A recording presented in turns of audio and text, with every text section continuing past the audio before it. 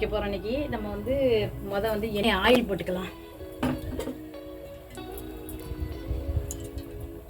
கொஞ்சம் கூடவே ஊற்றிப்போம். எண்ணெய் வந்து நல்லா கொதிக்கட்டும்.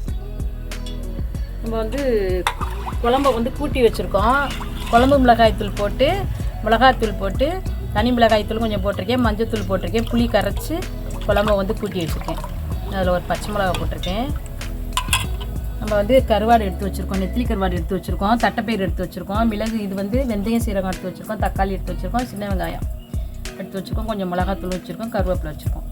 எப்படி செய்கிறதுன்னு பார்க்கலாம். எண்ணெய் கொதிச்சுருச்சு. வந்து வெந்தயம் சீரகம் போட்டுக்கலாம். இதில் கொஞ்சம் சோம்பு வச்சுருக்கேன்.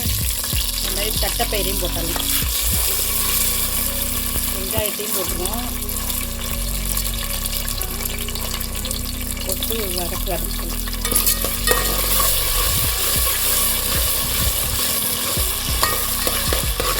வச்சுருக்கேன். பூண்டையும் போட்டுடலாம்.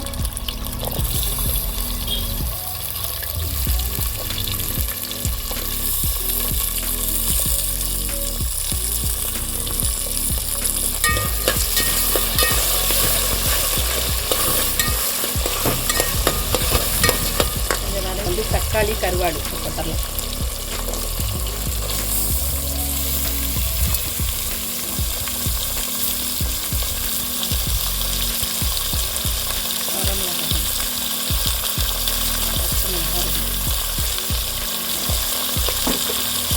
கருவேப்பிலையும் போடுவோம். நல்லா வதக்கி எல்லாம் உப்பு போட்டுப்போம். நான் குழம்புலையும் உப்பு போட்டிருக்கேன். நான் இந்த கொஞ்சமாக போய் கருவாட்டிலையும் உப்பு இருக்கு வதங்குறதுக்காக கொஞ்சமாக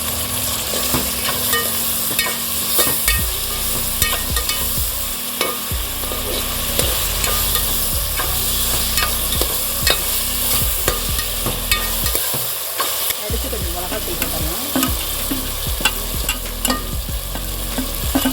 வாசம் வந்து தூக்குது.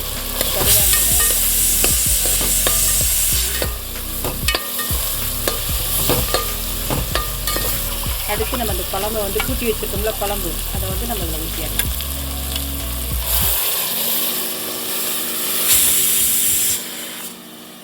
அவ்வளோதாங்க. நல்லா வந்து நமக்கு தட்டைப்பயிறு கருவாடெல்லாம் நல்லா சேர்ந்து நமக்கு நல்லா வந்து வெந்து வந்ததை நம்ம அடுத்து பார்ப்போம்.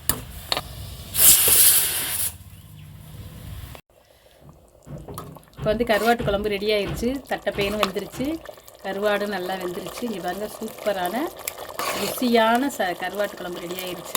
இல்லை சாதத்தில் நம்ம வந்து நல்லா போட்டு பிசைஞ்சு சாப்பிட சூப்பராக இருக்கும். பழைய கஞ்சிக்கு சாப்பிட்டா ரொம்ப ரொம்ப டேஸ்ட்டாக இருக்கும். நீங்களும் செஞ்சு பாருங்கள். செஞ்சு பார்த்துட்டு எங்களுக்கு கமெண்ட்டில் சொல்லுங்கள்.